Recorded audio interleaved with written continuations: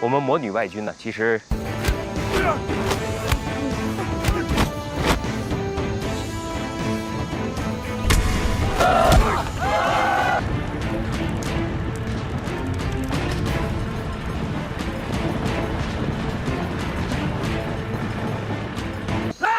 咱不打，快！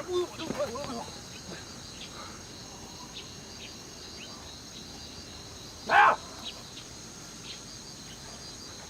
快！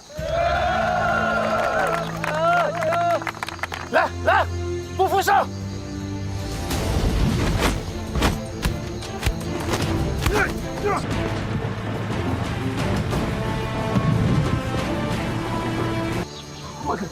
旅长，没事吧，旅长？啊！你太过分了！我们是来送材料的，你们就这么对待我们？对不起了，我请你们20万，赔个不是。谁吃你的破饭？旅长，我们走。不走，今天我跟你们808旅人耗上了。嘿，你什么意思啊？你拉我干什么你？你怎么把人打成那样啊？我又没有违反3大规则，我都已经喊停了，人韩鹏都收手了，你还往上冲，你这不是犯规吗？我就想让他韩鹏看看对手犯规的结果，让他尝尝挨揍的滋味。你简直是胡闹！你还像个当旅长的样子吗你？我都说了，到时候我请他吃顿饭，赔个50不就完了？你。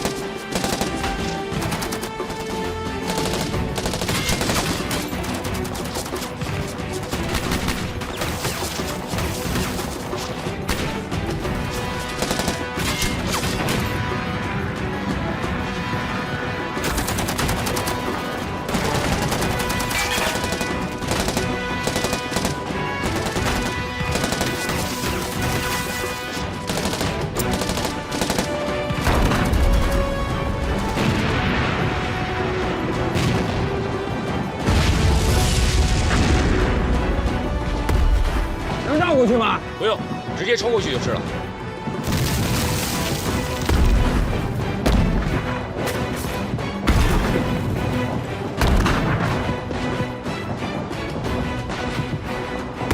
哦，好啊，马参谋长，有点意思啊。是吗？就是战场在局限了，装备火力用不上啊。城市作战是未来战争的主要形式，尤其是陆军的作战形态。这里的各个街区和楼宇间的攻守对抗、楼房结构、院落布局、地下盘管、商铺住宅的城市运用、城市狙击作战的新战法研究，这些都是现代和未来战争经常遇到的课题。我们的训练呢，就是针对未来战场而设计的。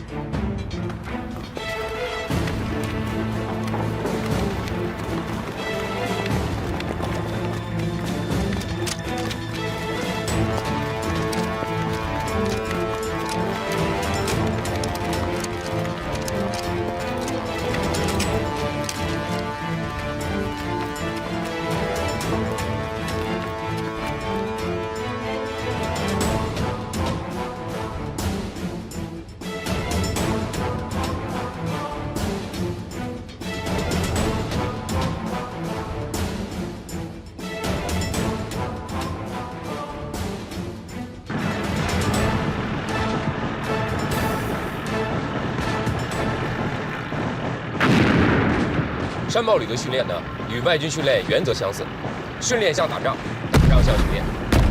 说什么？训练像打仗，打仗像训练，训练不够训练吗？我们要求训练就跟真打仗是一样的。你现在所看到的一切，就是我们的日常训练课。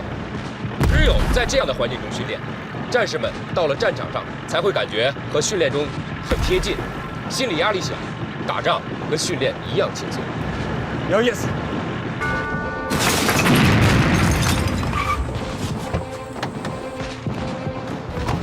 队长，一边好。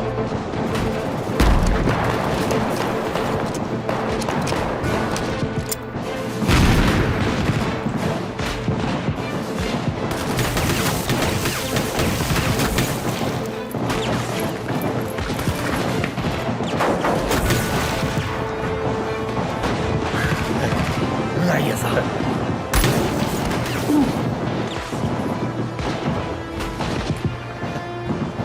王队长，走。走。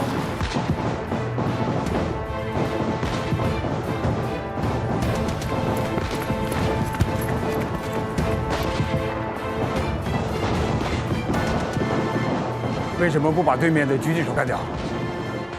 你看看能不能找到他的藏身之处。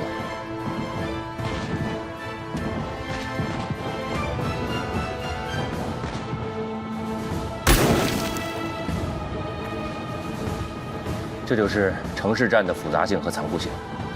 城市战的伤亡率是非常高的。有点意思啊。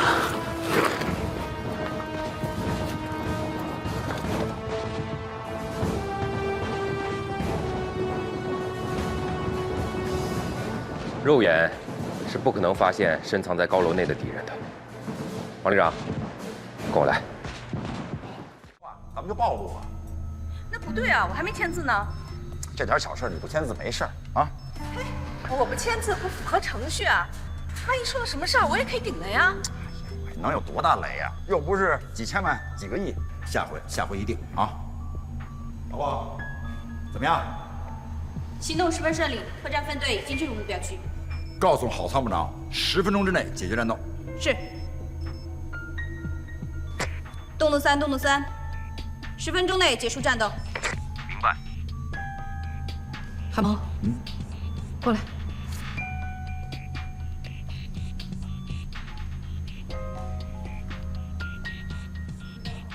你不让我签字，是怕首长问责下来，你好把我撇出去，一个人承担责任是吧？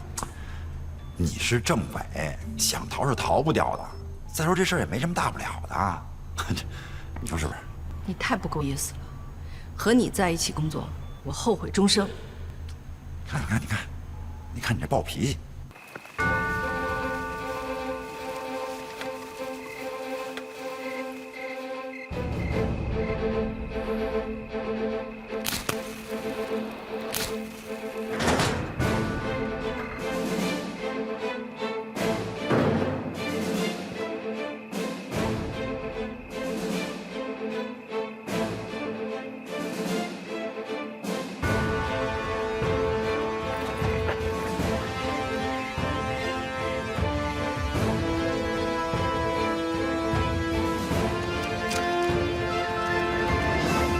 各小组注意，孟涛小组警戒掩护，其他作战小组30秒撤离，30秒撤离。撤！抓紧时间，快，抓紧！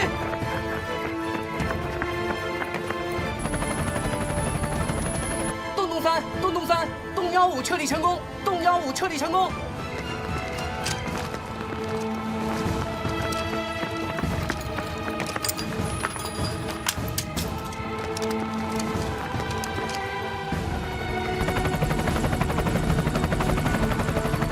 3小组准备完毕，可以撤离成功。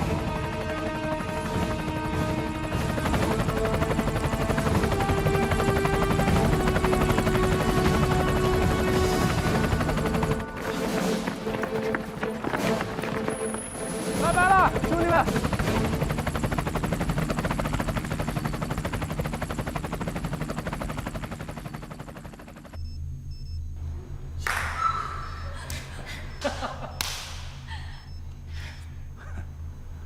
韩鹏啊，你这回可是玩大了。大吗？你不是说点到为止吗？是啊，像这种单位还不点到为止啊？哎，你看啊，我一点就点到他们穴位上去了。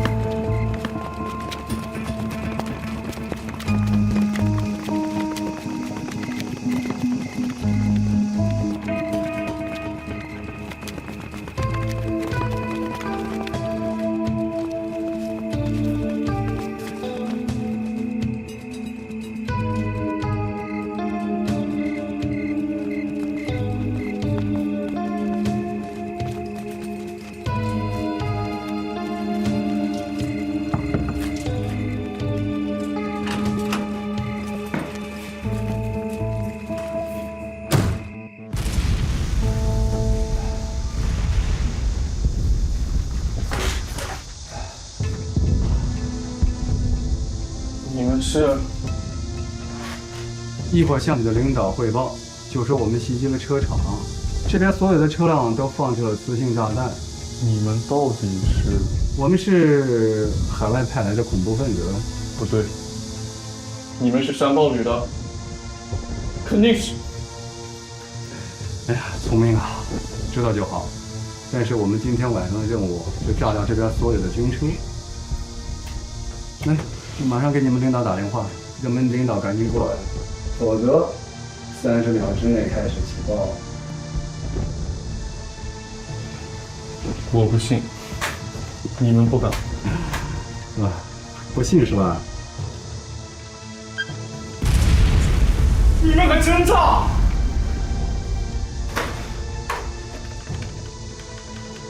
值班室，王参谋，我是306战备车厂，这里遭到袭击，车厂发生了剧烈爆炸，快派人来啊！他们说，领导要是不过来的话，会把这里所有的车辆都炸飞。看清楚是什么人干的了吗？海外。他们说是海外。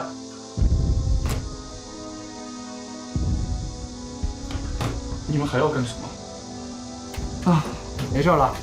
刚刚我们给狗打了麻醉针，一会儿就好。你们待在这边别出去啊！车上全是磁性炸弹，有热感应触发装置，人一靠近就爆炸。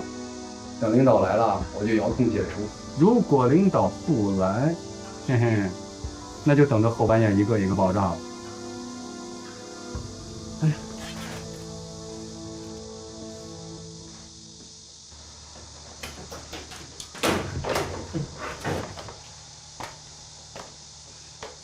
你们值班也很辛苦，给你们带了宵夜，别忘了吃。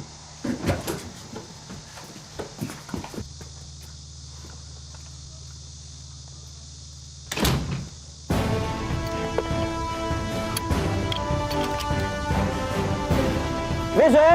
怎么了？班长没水？没有水？对，快去看看这水阀打开没有。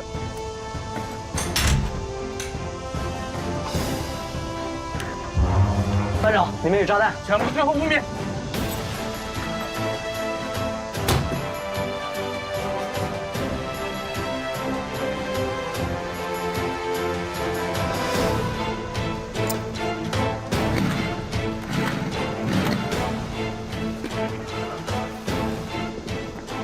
班长，是假的。我们走。电瓶啊，什么玩意儿啊？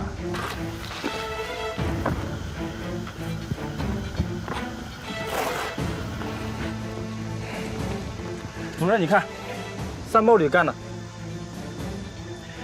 他们山暴旅想干什么？主任，你看，还有这个，太不像话了，太过分了！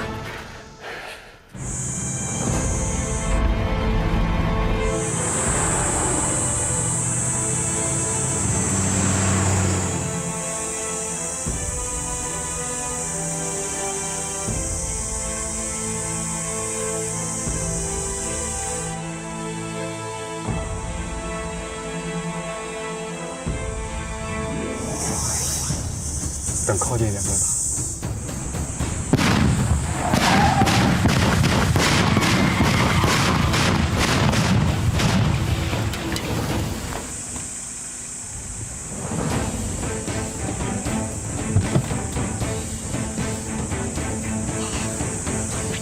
打！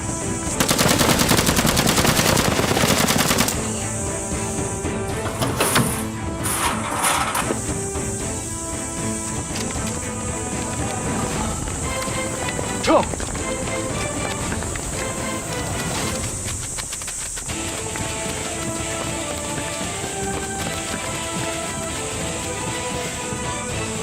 首长同志，怎么了？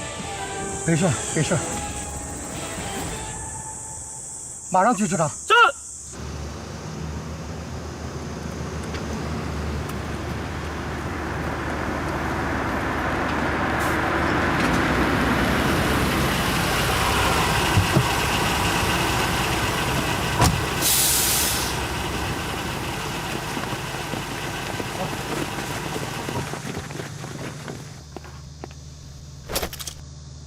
速点了。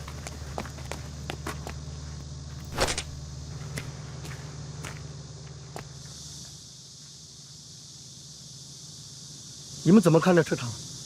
晚上都干什么去了？他们给狗打了麻醉针，是怎么进来的，我们也不清楚。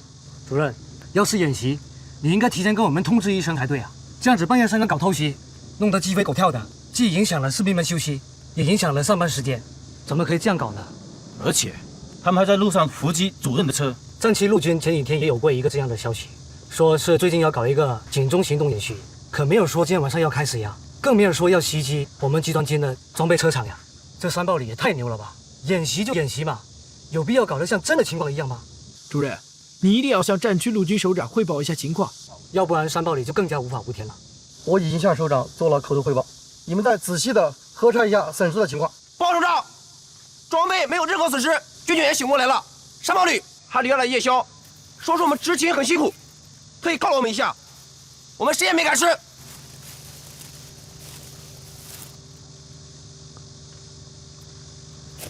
还是热的，你们拿过去吃吧，不吃也浪费了。谢首长，不要谢我，要谢山猫女。哎，这下你放心了吧？没有任何人员伤亡，全部安全返航。我担心的不是咱们旅，是被攻击的单位。咱们已经……哦，是这样。若红啊，您那个报告我看了，我是这样看的。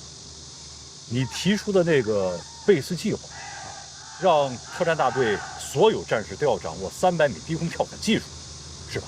对呀，哎，这是特种兵敌后投送、快速接敌的有效手段。士兵们在空中停留的时间越短，隐蔽性越好，突击性越强。你这个想法是好的。还有，你提出来要求特种兵掌握50米水下深潜技术，对，我不应该表示反对，因为都是为了提高部队战斗力。是。但你有没有考虑另外一个问题？肯定了你们山豹旅的做法，这一点你们干部心里有数就行了。我为什么要这么说？首长的意思就是要多做事儿，少张扬。首长，我们也没张扬啊，我们连个军事馆都没有，拿什么张扬嘛？当然了，不张扬最好了。但是你们打了胜仗，加上偷袭占区陆军机关，山豹旅已经名声在外了，一举一动让人们感到了你们身上的霸气和傲气，这对你们山豹旅的建设很不利啊。这点确实得注意。这次占区陆军专门以专业化蓝军建设为议题，召开了党委扩大会，统一了认识，并要求占区陆军各部门、各单位从自身找原因，不要不服气，不要搞窝里横，要参照外军找差距，对照实力找问题，在观念转变上要下大力气。但是你们自身也并不是没有问题啊。我们自身的问题，你看看，这就是问题，起码没有经过大脑思考吧？啊，或者认为自己根本就没有问题，才说出了这么不负责任的话。战区陆军首长是希望山豹旅的领导班子同志啊，要学会面对现实，正视现实，有些事情不宜急于求成，要学会点到为止。点到为止。首长有放弃专业化蓝军的想法，回到原先的互为蓝军的模式。首长可不是这个意思，只是首长有顾虑。首长以为啊，观念的转变不在一朝一夕就能完成的，的确，这需要一个过程。那这么说，我们是太超前了。人家外军早就走在前面了，而且在不断的发展。咱们要是现在回到零点，那就是望尘莫及了。对，我们当然不能倒啊。战区陆军为什么要组建专业化的蓝军旅啊？就是想让训练更加的贴近实战。这已经在前几次的对抗演习中显现出来了，对暴露问题、引领训练改革起到了积极的作用。但它还有另外一个功能啊，假想部队的出现会给部队官兵带来一种危机感，让部队官兵意识到战争随时随地都可能发生，我们要做好今天就打仗的准备，做好打胜仗的准备。以前建制单位互为蓝军的训练模式并没有错误，基地化训练、没有预案的背靠背演习已经取得了很好的成绩，并没有过时。而专业化蓝军部队的组建和探索，是在原来的训练演习模式上的一种补充和提升，是训练手段的多样化，更逼真，更加的贴近实战。专业化蓝军的出现，与传统演习模式应该是相辅相成，而不是取而代之。战区陆军决定，今年秋天的澄海风暴演习，山豹旅不参加直接对抗的任务，由908旅和2系装甲旅参演。那我们干什么呢？山豹旅利用这段时间呢，尽快熟悉新装备，并形成战斗合力。好了，走了。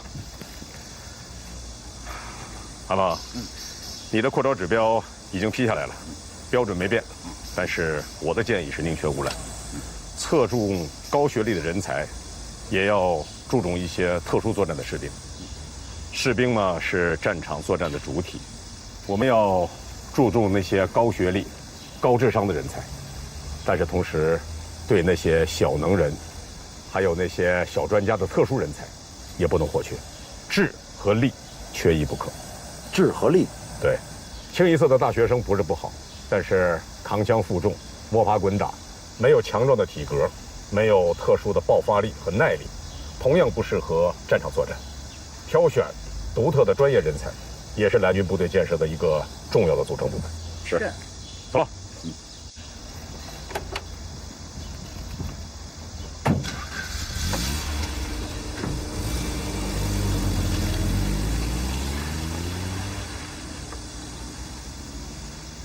我怎么感觉有点要被雪藏的意思？情况的确不容乐观。又闻到什么味道了？内部消息，战区陆军党委会上，沈参谋长做了检查，揽下了全部责任。什么责任？警钟行动啊！我们毕竟没有按时上报嘛。咱没有及时上报，就怕上边怪罪下来，这沈参谋长呢可以全身而退。哎，不要检查也应该是我呀，处分、撤职都行。就应该把你撤，把你撤了，我就能回学院了。沈参谋长，还不是怕专业化蓝军这个新鲜事物夭折了？够哥们儿，够义气，有点呼啸刀光的意思。呼啸刀光是什么？我在网上啊认识一个大侠级的网友，化名呢呼啸刀光，经常跟我叫板。你肯定不服吧？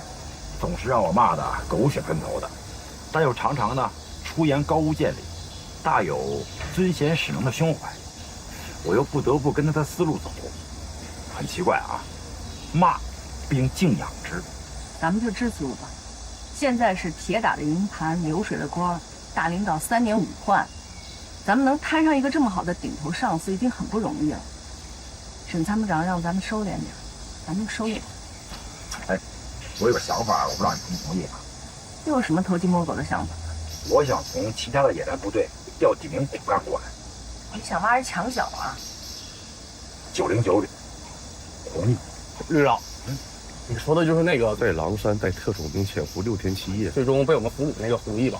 是啊，他带了300多人，潜伏了6天7夜，你们想想多困难。这个红毅啊，是个人才不行，但是我听说啊，他是一个不好领导的刺儿头。是吗？是，我听909旅的人跟我说，红毅这个人很直率，有什么意见和看法就直接的说出来，也不顾及别人的感受，经常在会议上直接顶撞楚占刚，造成内部矛盾。上次909旅特战大队在演习中没有发挥出特战突击的优势，就是2人矛盾造成的。我想把这红毅调来，会不会引起一系列麻烦？麻烦？你是怕他跟我顶牛啊？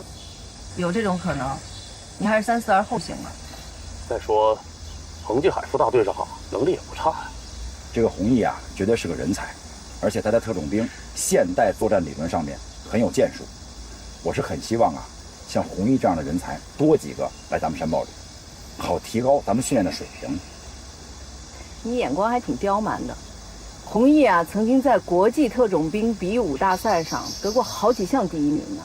我想楚占刚不会放他的，尤其在这个节骨眼上，你还上门去挖人，他不会同意的。难说，如果呀真像冯大队长说的那样，我认为啊这红毅走要比留的意思强得多。如果我呢诚心去邀请他，我觉得呀他有可能来咱们山豹里，而且咱们同时也算是给楚占刚卸了一个包袱嘛。你看你都说他是包袱了，你又何苦抢他呢？再说了，你把调人想的也太简单太容易了，一个团职干部能那么轻易的就调过来啊？就算楚占刚同意，那红毅自己同意吗？你怎么会这么想？旅长，这红毅啊被我们俘虏了，你想他会愿意来吗？就是，我这只是个想法，但是事在人为，他跟楚占刚的矛盾，有可能是观念、理念上、工作方法上的矛盾，但他呢是一个优秀的军事人才，我就不想放过他。再说了，咱们是专业化的蓝军，不仅要在战法上多种多样，搞策反也是没问题的。你呀，什么鬼点子都敢想，但要我说，不能一时冲动，咱们得想好了，再向首长报告。首长要是不同意，那一切都是瞎掰。这点我明白。我当然不同意他走了。他第2次提出的低空跳伞训练计划你没同意，专业报告你也没批，老楚啊，你到底是怎么想的？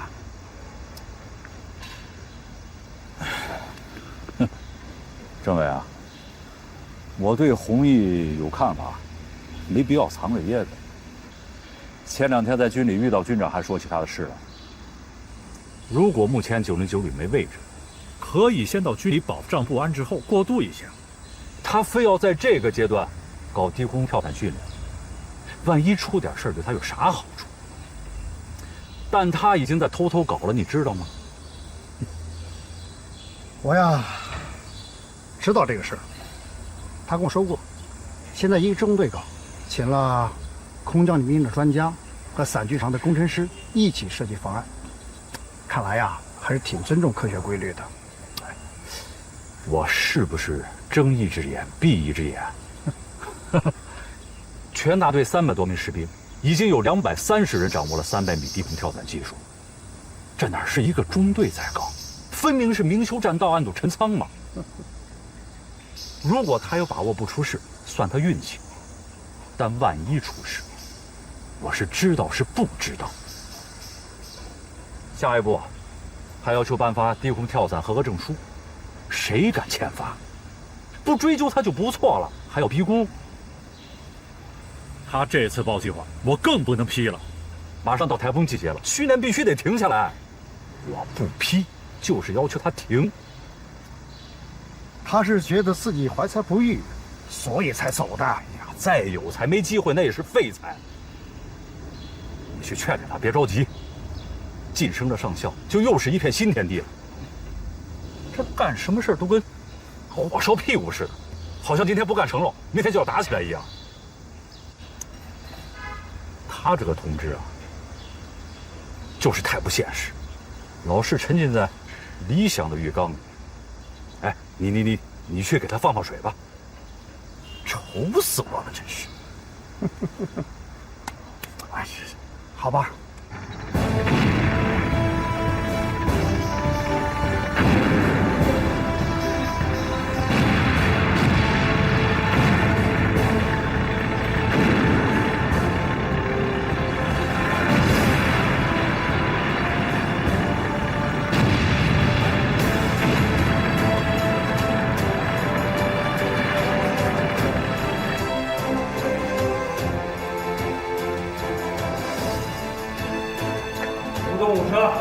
过风的时候干嘛减速？怕什么？颠着蛋疼啊！这趟没成绩，5动6超出发。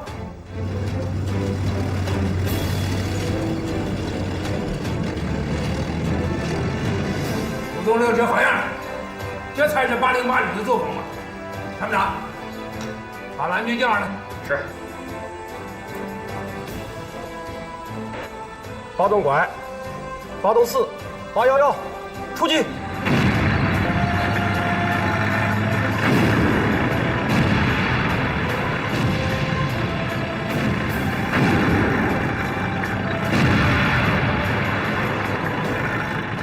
报告指挥部，靶场发现异常情况，不知哪个单位的坦克跑到我们的射击区，是否停止训练？猪啊！死到临头了，你还有心思请示呢？等死吧你！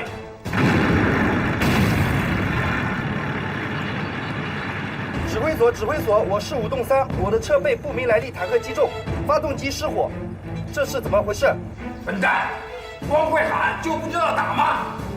拿坦克当宝马开呀！好，抓住时机。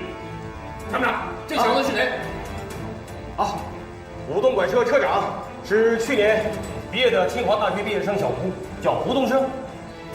记住他，这才叫军人。这才叫打仗！5动拐，我是王可征。5动拐收到，首长请指示。打得不错，我请你小子喝酒。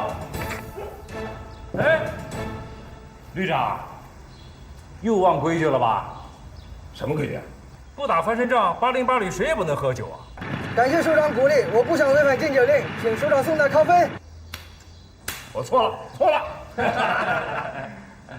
5动拐，感谢你直言不讳的批评，敢于直截了当的批评旅长，我给你记3等功1次。谢谢旅长，请把这一功记到山报里名下。哎，这小子搞错了吧？怎么记到山报里的名下？是啊，这小子是不是高兴糊涂了？说得好，说的有道理，这小子将来一定有出息。好样！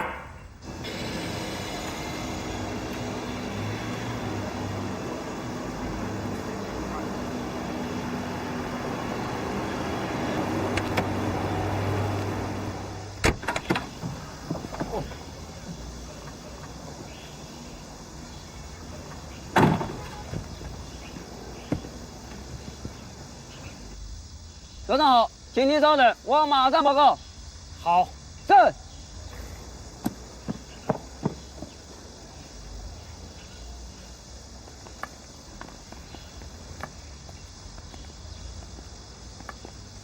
小同志，首长好，什么时候入伍的？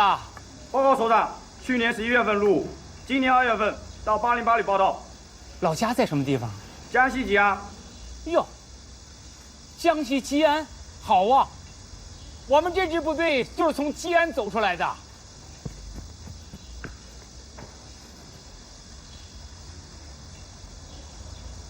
老首长您好，我是值班的金参谋，请您到接待室休息一下，我马上往装甲训练场打电话。你们旅长不在家？旅长、政委还有参谋长都在训练场呢，1个星期没有回来了。装甲训练场跟营房才20多公里，怎么就不能回来呀？老首长，旅里有新规定，训练科目1天完不成的，按外训要求必须在野外宿营就餐。您先进去吧。好吧。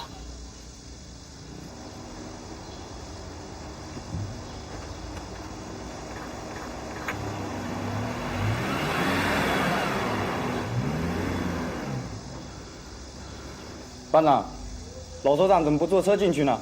你可不知道，莫司令来咱们旅都是在外停车，徒步进去。这是为什么？不知道，去年来过一次，旅长、政委都是在门外等他，陪他进去。参谋长，下一科目是什么？好。下一科目，空地一体，陆航分队20分钟后起飞，对340高地实施侦察。坦克分队同时从左侧和右侧向2个山沟插进。什么？你说什么？好。旅长、政委，老师长来了。什么时候到？已经到了，在旅部休息室休息，说是要见旅长。坏了，老爷子找我算账来了。金参谋，你说。好，好。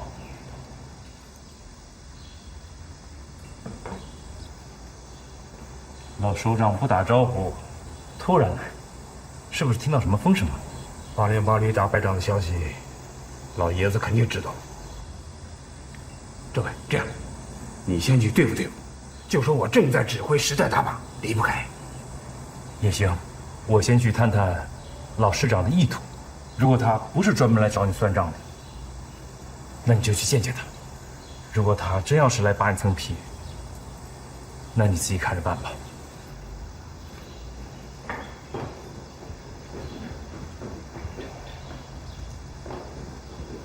郭团长，下一科目开始吧。好。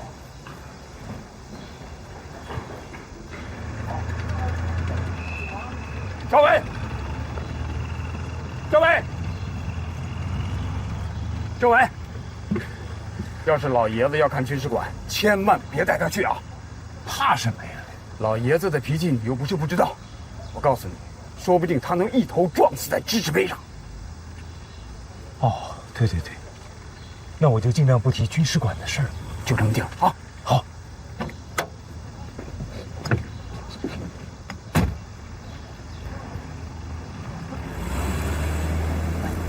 旅长，陆航分队已经升空了。好。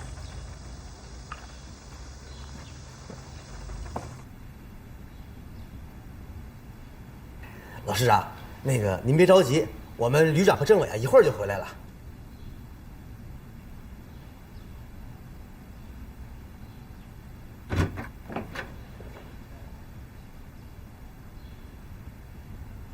哎呀，老师长，什么风把你吹来了？王可章呢？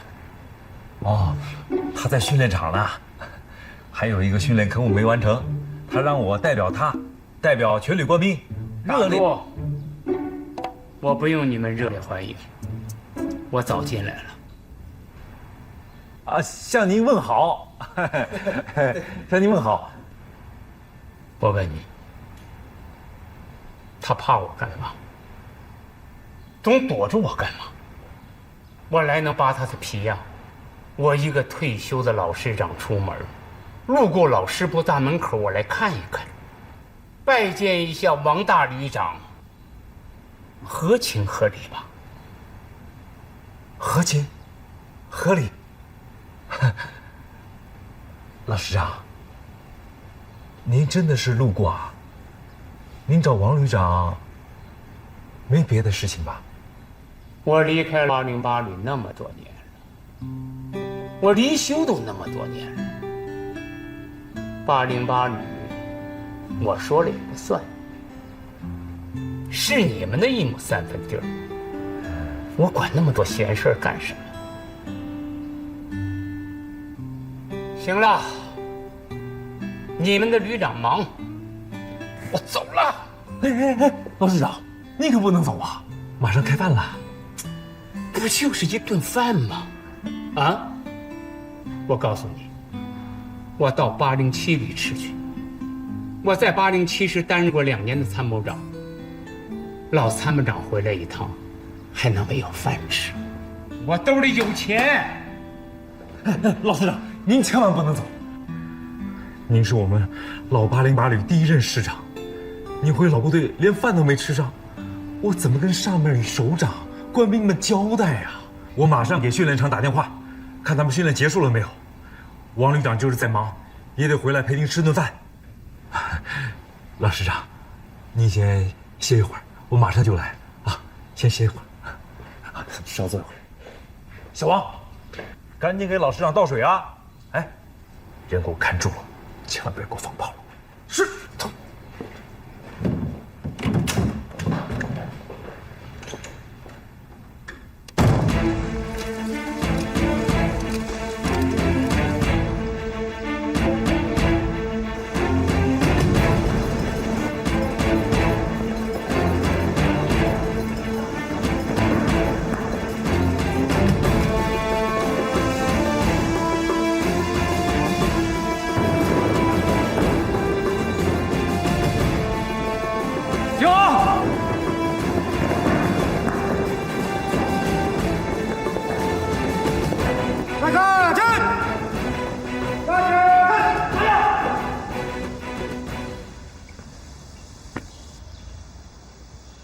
好，现在转入室内突击科目。下次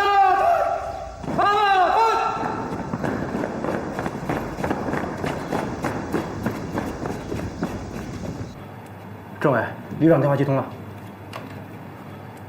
喂，你快回来吧，孟老是临时路过，饭都准备好了，饺子、大葱啊，煎饼正在找，你不回来他不吃啊。不吃就让他带走啊！等他走了我就回来。哎，别啊！这顿饭孟老要是不吃就走了，那咱们808旅的名声就彻底完蛋了。这比打败仗还丢人呐！不至于吧？不至于。你知道他去哪儿吃啊？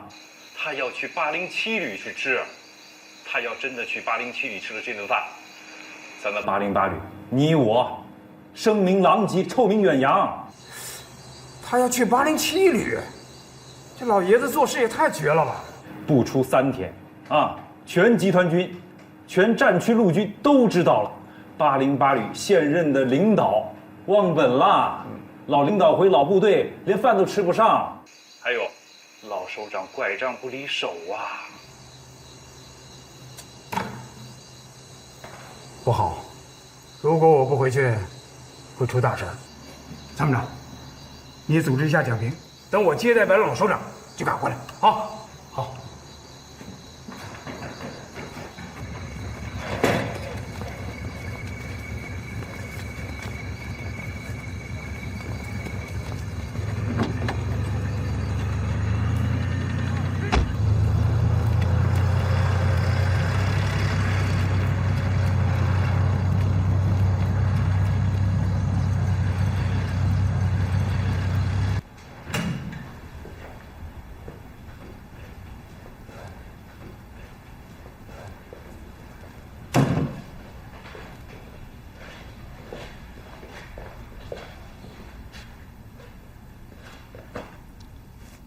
老师长好，小兵王可征前来报道。老师长，王旅长从训练场赶回来了，咱们去吃饭吧。我是特意来吃饭的吗？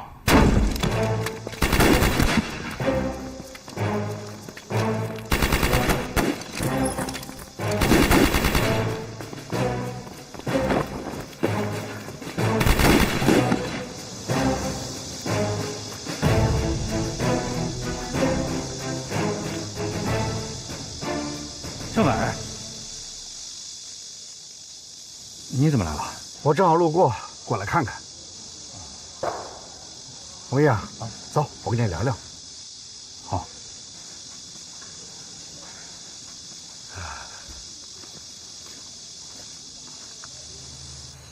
红毅啊，调你到军礼装备部，先把上校解决了，你看怎么样？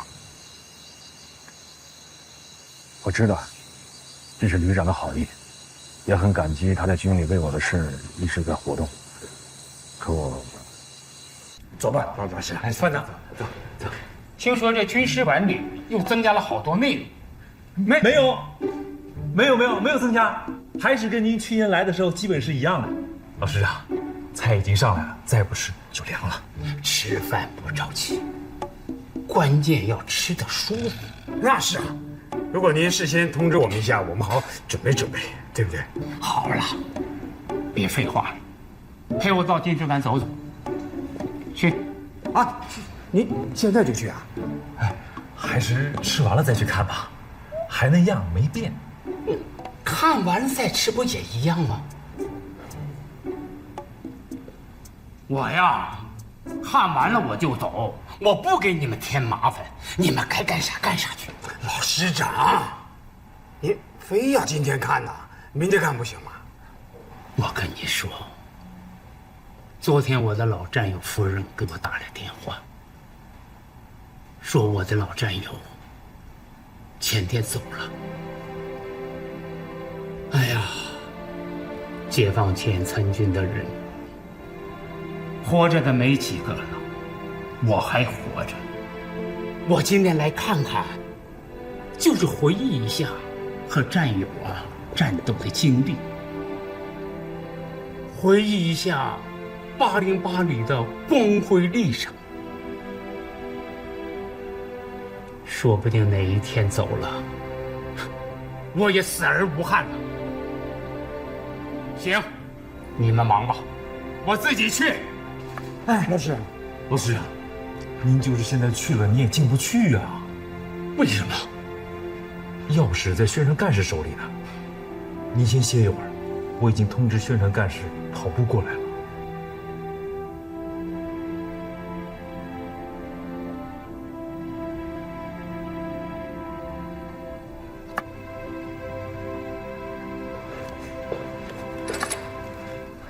走，你走。走，稍坐。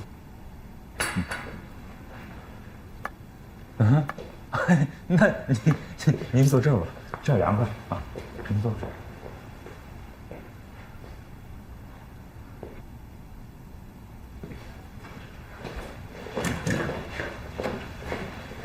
军改还在继续，编制还在调整，旅里的变化也不小，撤编了炮团，组建成3个炮兵营，装备也在加快更新升级，朱荣生也改为副旅长了。你呀，再等等吧。如果光是为了混军龄等位置，说实话，这和在地方上当公务员混年头有什么区别呢？那也就失去了我作为一个军人的真实价值了。军人的真实价值？也许我的认识有些极端，但对我来说，这才是我一直追求的东西。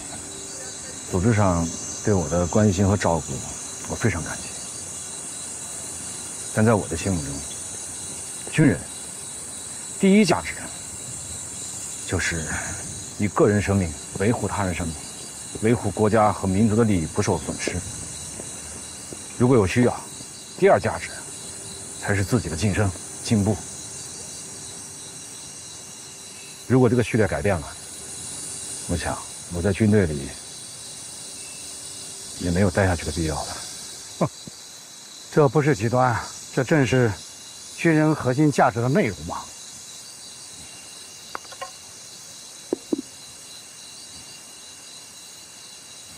最近啊，地方的公安特警经常请我去授课，在跟他们的接触中，跟他们一起参与处置突发事件的现场中，我感受到了，他们几乎每天都处在紧张的临战状态中，或者天天都有战斗发生。他们要经常和劫匪持枪歹徒进行面对面的生死较量，有时候生和死就在一瞬间。而我们呢？我们的训练面对的基本都是假想敌，或者一些毫无抵抗能力的木头靶子。就这，还整天顾虑重重，怕这个不安全，怕那个有危险。我们的战士也许动作很漂亮，可是，在实战中，是不是实用有效，真不敢说。因此，你加大训练难度。《孙子兵法》中就说到：“求其上，得其中；求其中，得其下；求其下，必败。” 2年的义务兵，如果不在有限的时间内尽快的提高他们的基本战术技能，一旦战事爆发，生存都有困难。如果我们假设今天就爆发战事，我们的战士上不去，回得来吧。弘毅啊，我知道我很难说服你什么，但是我希望你呢，再考虑考虑。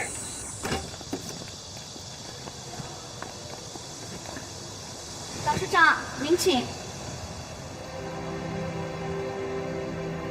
老师长，您请。老师长，请往里面走。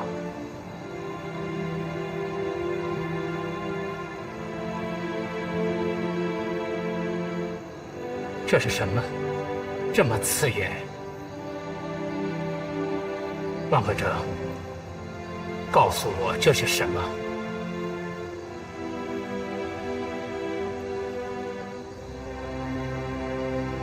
是遮羞布吧？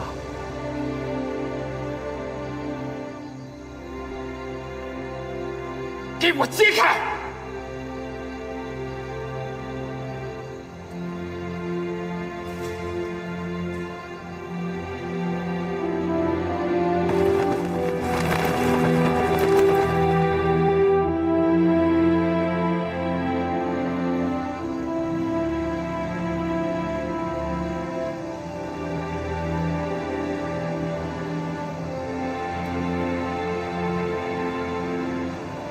你们还遮着盖着干什么？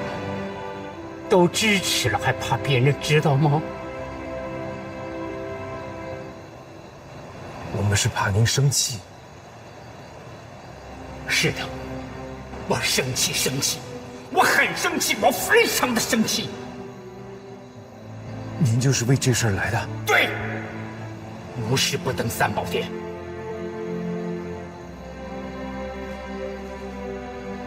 你们这么大的事情，为什么不跟我说一声？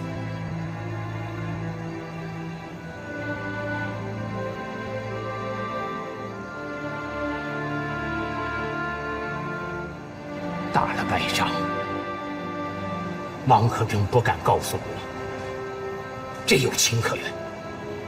他没脸见我，怕我骂他凶他。但这件事你不跟我说，那我不干。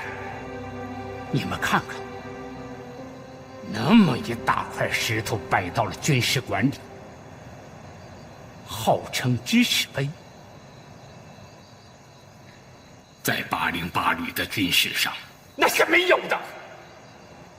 你们真敢想，真敢干，真敢干！我还没死呢！老师长，您别动我！老师长，我们知道，早晚都瞒不过去。可是我们的确是怕您不高兴，因此才又对我封锁消息。对，我不高兴，我非常的不高兴。但我也知道，胜败乃兵家常事。但是你不应该瞒着我呀！我毕竟是808旅的首任师长，808旅的番号，那是中央军委授予的，那是一面神圣的旗帜。从那一刻起，808旅的命运就跟我这条老命拴在一起了。我虽然退休了，808旅那点事儿，我是永远放不下的。王克哲，你打了胜仗，第一时间告诉我，不就是讨个表扬吗？打了败仗怎么了？就跟缩头乌龟一样了？老师长，打了败仗是我的责任。我们是想等打完808旅这场番石仗，我一并向您报告。你是想以功顶罪？我看你还是不敢担当。老师长，您就批评吧。要不，您又敢这样打我？你以为我不敢打你吗？老师长，我们有什么不妥的地方，您指出来，我们一定改。我看你呀，也快到半百的人，我不愿打你。老师长，如果我们有做的不妥的地方，您指出来，我们改。不妥，当然有。你们立这个碑的时候，为什么对我封锁消息？这次你们打了败仗，你们有责任，我也有责任。老师长，您离开808旅都几十年了，您还有什么责任？哎呀，从我开始，老808旅就崇尚荣誉，强调荣誉至高无上，这没有错呀。但是我们缺少了对失败的教育，挫折的教育，还有你们定位的支持教育。多少年来，大家都认为808旅是常胜军，没有污点，不能挨批评。从我开始，到师里的领导，都滋生了这种毛病。这次你们败给了山豹旅，我一宿没睡，我心里难受，我心里堵得慌，我不服气呀。后来，我打电话找邢司令，了解了情况。我看了你们演习全过程的实况录像，看了山豹旅的战术分析，也看了你们的整改报告。我发现我这个老家伙有点落伍了。我是一个老兵啊，我不能掉队，我要跟上队伍。在这轰轰烈烈大军改中，我总要做点什么吧。老师长，您当我知道你们立这个支持碑的时候，我非常震惊。在此之前，我没有这个勇气。唉，46年第一次打兖州，我带1个连的兵力上去，就是因为我的指挥失误，牺牲了28名战友。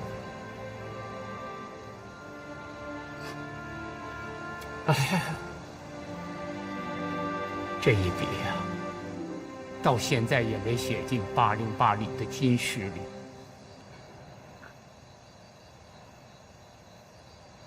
可你们让我生气的是，在你们立这个碑的时候，为什么没告诉让我参加？有了荣誉的时候，大家就沾沾自喜；打了败仗就不敢站出来担当。这不是808旅的兵，不是808旅的作风。今天我来，我就是要告诉你们，告诉你们2个军政主官，告诉808旅的官兵，我孟淮南永远是808旅的兵。我孟淮南愿意跟你们在一起，跟同志们在一起。知耻而后勇。让我们一起卧薪尝胆。老师长，老首长，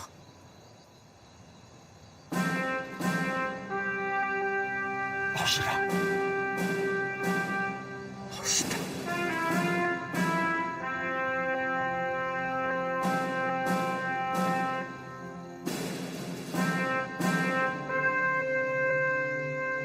自从决战2017实兵对抗演习结束之后，王可争领导的808旅和楚占刚领导的909旅都在军事训练上暗中使劲儿，力求战斗力快速提升，各方面建设上有所创新。只不过指导思想和观念理念上有所不同，但体现在部队作风上，也就出现了明显的差异。韩参谋到。最近的训练还是要抓紧啊！一直没停，一直没停。2连的成绩怎么掉下来了？没有啊，一直都有提高。糊弄谁呢？军力来考核，2连啥成绩？10发8中。这次是怎么打的？啊？10发5中。这不叫退步，叫什么？训练效果我不懂吗？只能越练越好，越打越准，越训越精。你没这倒好，半个月前给我打个优秀，昨天不及格，后天是不是也给我打个零蛋啊？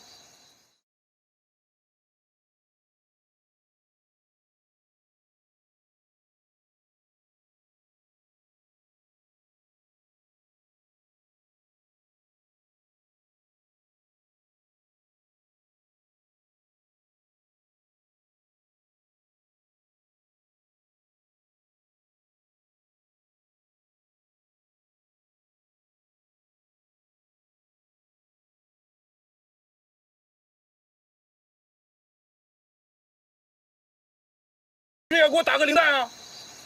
啊！就这个屌样还能上战场吗？放心吧，朱副旅长，我们一定把训练搞上去。我当炮团团长的时候，从来就没出现过这么掉链子的事情。这个问题很严重啊！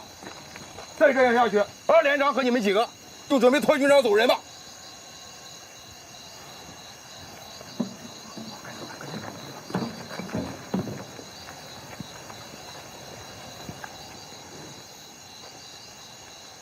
哎，他们几个这几天总是跟老鼠见了猫似的，见着我就躲，什么情况？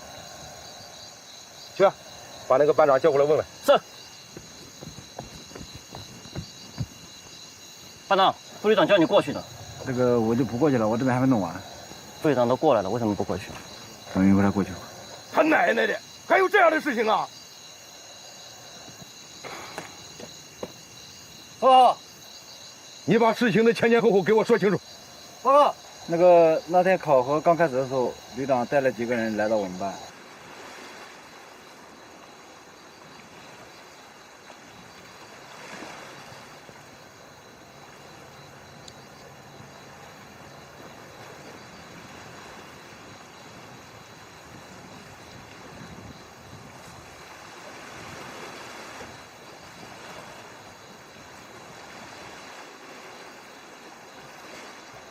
永生啊，你怎么跑这儿来了？有事进办公室谈吗？这儿人少，清静，说话方便。好吧，说吧，什么事儿？我不想干了。你不想干了？为什么？政委，我还是不是副旅长？你当然是副旅长了，谁没撤你的职？可军力来考核，2连成绩造假，为什么瞒着我？怎么可能造假呢？不会吧？政委，你是真不知道还是假不知道？我是真不知道这件事情，你给我说说。最近我发现啊，2连实战打靶成绩下降，我问谁都不跟我说实话。我到2连去检查，发现2连4班的几个军见着我就躲，我一追问才知道，上次军力来考核海上目标射击，2连的成绩不是真实的。不会吧？8发命中靶标，我们当时都在现场。录像回放我都看了，怎么可能是假的呢？可那不是咱们2连的兵打的，那是请回来的几个退伍老兵上车打的。怎么可能？怎么不可能啊，政委？首发命中目标的就是老兵王金满驾车打的。怎么可能呢？老兵教练完1天后不都回家了吗？没走了，半道上又让旅长派人给接回来了，说既然来了，就帮忙帮到底，就拉上出发线，穿上军装装上车。政委啊，咱俩都了解老兵，他们回来打靶，谁不想过把瘾啊？个个开得稳，瞄得准，打得狠，当然成绩好了。是啊，当时我也怀疑过，2连的新兵被老兵调教了1天，就打出这么好的成绩，真是出奇迹来了。后来军旅考核组肯定了2连的成绩，我也没多想什么，我还在想呢，2连照这个路子练下去，肯定会在全里冒尖的。冒尖的，丢人丢大发了。昨天实战打靶，跟上次军里来考核的科目是一模一样，结果打个不及格。我这才发现问题，这种做法不可取啊！我还问过丁海，2连的成绩怎么跟过山车似的这么不稳定啊？你猜他怎么说？怎么说？他说这是情绪波动问题。我想啊，丁凯肯定知道内情，旅长带头做这种丢人的事儿，参谋长知情不讲。你这个政委被蒙在鼓里，我这个分管训练的副旅长跟个傻瓜似的，光知道去熊人家基层干部，你说这活还能干吗？政委，你别劝我，我走。眼不见心不烦。老生啊，这件事情不要着急，我把这件事情详细了解一下。抽空啊，我找旅长好好谈一谈。政委，老洪走的真正原因，我是深刻理解。不要说气话了，2连的基础还是不错的，不能因为这件事情影响了2连练兵的积极性。你看这样好不好？这件事情先不要张扬出去了，仅限于2连知道。我相信2连一定练出他们自己的好成绩。政委，你这么一说，我想开了。好，明天我就去2连蹲点1个月，我非让2连打出他自己的真本事来不行，打出他的真水平。好。不过啊，旅长那边你跟他多聊聊，我怎么看他就不在状态呢？上级干部部门正在考察旅长。哦，是不是要提拔了？命令没有下来之前都不能算数。当然喽，有这个进步空间，是件好事情嘛。那倒是。